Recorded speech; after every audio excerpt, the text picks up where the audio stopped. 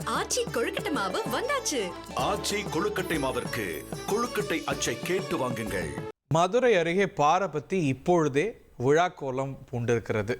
விஜயோடைய ரசிகர்கள், தாவேகா தொண்டர்கள் பெருந்திரளாக இப்பொழுதே கூட ஆரம்பிச்சிருக்கிறாங்க. இன்று மதியம் தொடங்குகிறது தாவேகாவுடைய 2வது மாநாடு.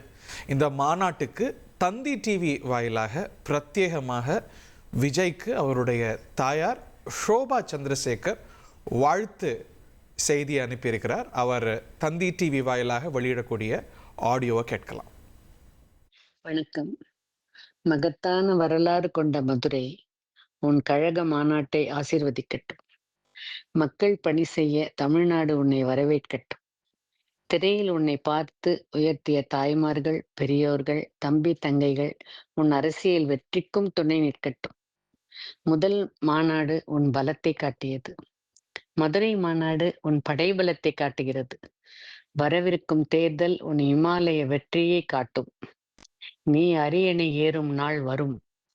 அது உன் தொண்டர்களின் திருநாள். உன்னை தளபதியாய் கொண்டாடும் மக்களின் நம்பிக்கையை நிறைவேற்று. உன்னை பெற்ற பெற்றோராய் என்றும் எங்கள் முதல் ஆசி உனக்கு உண்டு. தமிழக வெற்றி கழகம் தடைகளை வெல்லும் கழகம் என்று காட்டு. நேர்மையான தலைவன் என்பதற்கு நீதான் எடுத்துக்காட்டு. உன் வெற்றிக்கு வானமே இல்லை. வாழ்த்துக்கள் விஜய். உன் வெற்றிக்கு வானமே எல்லை என்று வாழ்த்துகிறார் விஜயுடைய தாயார். தமிழக வெற்றி கழகத்துடைய மாநாட்டு திடலிருந்து செய்தியாளர் தாயுமானவன் இப்போ அங்கே இருக்கக்கூடிய கள நிலவரங்களை தந்தி டிவி நேயர்களுக்கு விளக்க கேட்போம். தமிழக வெற்றி கழகத்தினுடைய 2வது மாநில மாநாடு மதுரை தூத்துக்குடி தேசிய நெடுஞ்சாலையில பாரபத்தி என்கின்ற இந்த பகுதியில நடைபெற இருக்கிறது. சரியாக மாலை 3 மணி அளவுல இந்த மாநாடு என்பது தொடங்க இருக்கக்கூடிய ஒரு சூழல பல்வேறு மாவட்டங்களில் இருந்து தொண்டர்கள் வருகை தந்த வண்ணம் இருக்கிறாங்க. தொடர்ச்சியா தொண்டர்களுடைய வருகையின் காரணமாக இந்த பகுதி முழுவதுமே கடுமையான போக்குவரத்து நெரிசல் என்பது ஏற்படக்கூடிய சூழல் இருந்தது. இதன் காரணமாக போக்குவரத்து மாற்றம் என்பது செய்யப்பட்டிருக்கிறது. குறிப்பா மதுரையில் இருந்து தூத்துக்குடி செல்லக்கூடிய வாகனங்கள், அதாவது இந்த மாநாட்டிற்கு வரக்கூடிய வாகனங்கள் தவிர்த்து மற்ற பிற வாகனங்கள் அனைத்துமே மாற்றுப்பாதையில செல்வதற்கு போக்குவரத்து மாற்றம் என்பது செய்யப்பட்டிருக்கிறது.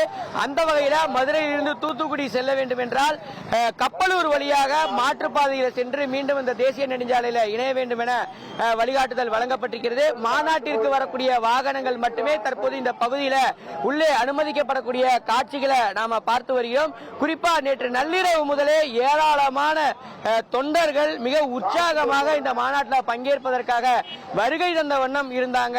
கார்கள், வேன்கள், ஜீப்புகள் என ஒட்டுமொத்தமாக பல வாகனங்கள் இந்த மதுரையை நோக்கி படையெடுத்ததன் விளைவாக இந்த பகுதி முழுவதுமே கடுமையாக வாகனங்கள் அணிவகுத்து இருக்கக்கூடிய காட்சிகளை பார்க்க முடிந்தது. குறிப்பா போக்குவரத்து நெரிசல் ஏற்படாமல் இருப்பதற்காக 350 ஏக்கர் பரப்பளவுல 6 வாகன நிறுத்துமிடங்கள் என்பது அமைக்கப்பட்டிருந்த நிலையில பெரும்பாலான வாகன நிறுத்துமிடங்கள் முழுமையாக நிரம்பிவிட்ட காட்சிகளை நம்மால பார்க்க முடிகிறது. நாம இருக்கக்கூடிய பகுதி என்பது கார் பார்க்கிங் 1. இந்த பகுதியில் பார்த்தோம் என்றால் ஏராளமான கார்கள் முழுமையாக நிறுத்தப்பட்டிருப்பதை நம்மால நேரடியாக பார்க்க முடிகிறது. இங்கு வாகனங்களை நிறுத்திவிட்டு தொண்டர்கள் மிகவும் உற்சாகமாக தற்போது மாநாட்டு திடலை நோக்கி செல்லக்கூடிய காட்சிகளையும் நாம் நேரடியாக பார்த்து வருகிறோம். குறிப்பாக சொல்ல வேண்டும் என்றால் இந்த மதுரை தூத்துக்குடி தேசிய நெடுஞ்சாலையில தொண்டர்கள் ஏராளமானோர் தற்போது வருகை தருவதன் காரணமாக இந்த போக்குவரத்து மாற்றம் என்பது அமலுக்கு வந்திருக்கிறது. தொடர்ந்து வாகனங்கள் பல்வேறு மாவட்டங்களில் இருந்து வந்த வண்ணம் இருக்கின்றன. குறிப்பாக மாநாட்டு திடல்ல பார்த்தோம் என்றால் 1,50,000 பேர் அமரக்கூடிய வகையில இருக்கைகள் என்பது போடப்பட்டுள்ளது. தற்போது இருக்கைகள் முழுமையாக நிரம்பிவிட்ட ஒரு சூழல்ல தொண்டர்கள் பெரும்பாலானோர் இருக்கைகளுக்காக வெளியில காத்திருக்கக்கூடிய காட்சிகளையும் நம்மால பார்க்க முடிகிறது.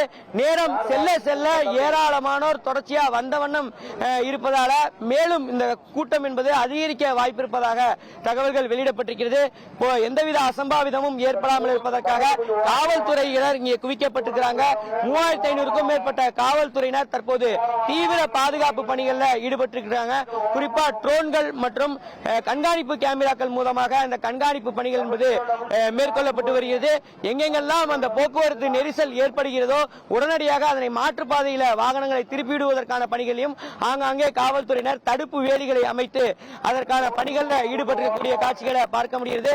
ஒலிபெருக்கி மூலமாக வாகனங்களை எங்கு நிறுத்த வேண்டும் என்பது தொடர்பான விவரங்களும் காவல்துறையினர் தொடர்ச்சியா வலியுறுத்திட்டு வராங்க.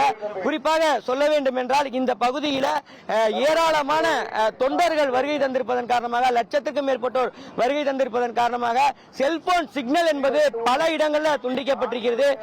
தொலைத்தொடர்பு இல்லாத ஒரு சூழல்ல தொடர்ந்து இங்க இருக்கக்கூடிய தொண்டர்கள் வந்து சிரமத்திற்கு ஆளாகி இருக்கிறாங்க.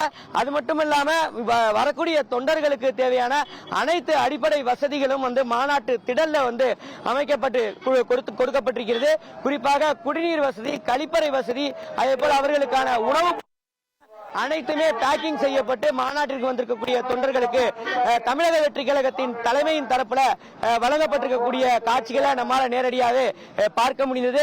அது மட்டுமல்லாம ஆங்காங்கே சிறிய அளவிலான கடைகள் என்பது போடப்பட்டிருக்கின்றன. விக்கிரவாண்டி மாநாட்டில் வந்து கடைகள் போடுவதற்கு அனுமதி மறுக்கப்பட்டிருந்தது. தற்போது இந்த மாநாட்டை பொறுத்தமட்டில் மாநாட்டு திடலுக்கு அருகாமையிலேயே கடைகள், தெருவோர கடைகள் போடுவதற்கு அனுமதி என்பது வழங்கப்பட்டிருக்கிறது. அந்த வகையில் குடிநீர் பாட்டில் விநியோகம், அதே போல் உணவுப் பொருட்கள் விநியோகம், அது மட்டுமல்ல பலரசம் விநியோகம் என பல கடைகளிலும் வந்து தொடர்ந்து விற்பனை என்பது படுஜோராக நடப்பதாக வியாபாரிகள் தெரிவிச்சிருக்கிறாங்க. தொடர்ந்து பாதுகாப்பு பணி என்பது தீவிரப்படுத்தப்பட்டிருக்கிறது.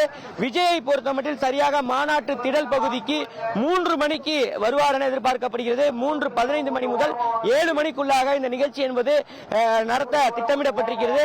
குறிப்பாக நேற்றைய தினம் அந்த 100 அடி கொடிக்கம்பம் என்பது கவிழ்ந்து விபத்து ஏற்பட்டிருந்த ஒரு சூழல்ல அது போன்ற அசம்பாவிதம் ஏற்படாமல் இருப்பதற்காக கூடுதல் பாதுகாப்பு பணிகள் என்பது போடப்பட்டிருப்பதை பார்க்க முடிகிறது.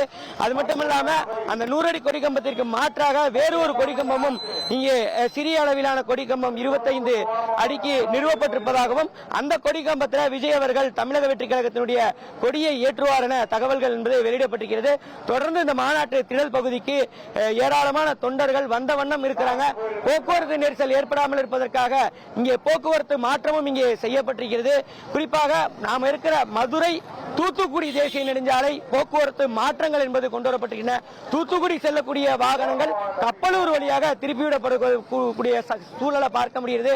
மாநாட்டிற்கு வரக்கூடிய வாகனங்கள் மட்டுமே தற்போது இந்த சாலையில பயணிப்பதற்கான அனுமதி என்பது வழங்கப்பட்டிருக்கிறது. தமிழக அரசியலில் ரொம்ப உற்று கவனிக்கப்படுகிறது தமிழக வெற்றி கழகத்துடைய இந்த 2வது மாநாடு. இப்பொழுதே 75% மாநாட்டு திடல் நிரம்பி இருப்பதாக நமக்கு காட்சிகளும் செய்திகளும் உணர்த்துகின்றன. டேஜாவுன்னு சொல்லுவாங்க. விக்கிரவாண்டி மாநாட்டில் கூட இதே நிலைமையைத்தான் பார்த்தோம். இப்படி ஒரு சூழல் ஏற்பட்டு இந்த இருக்கைகள் அனைத்தும் விரும்பினா மாநாடு முன்கூட்டியே கூட தொடங்கலாங்கிற செய்தி எல்லாமும் கூட வந்திருக்கிறத பார்க்கிறோம். இந்த மாநாடு தொடர்பான நொடிக்கு நொடி அத்தனை விவரங்களையும் துல்லியமா வழங்குறதுக்கு எங்களுடைய செய்தி குழாம் களத்தில் இருக்கு. ஆச்சி கொழுக்கட்டை மாவு வந்தாச்சு. ஆச்சி கொழுக்கட்டை மாவிற்கு கொழுக்கட்டை அச்சை கேட்டு வாங்குங்கள்.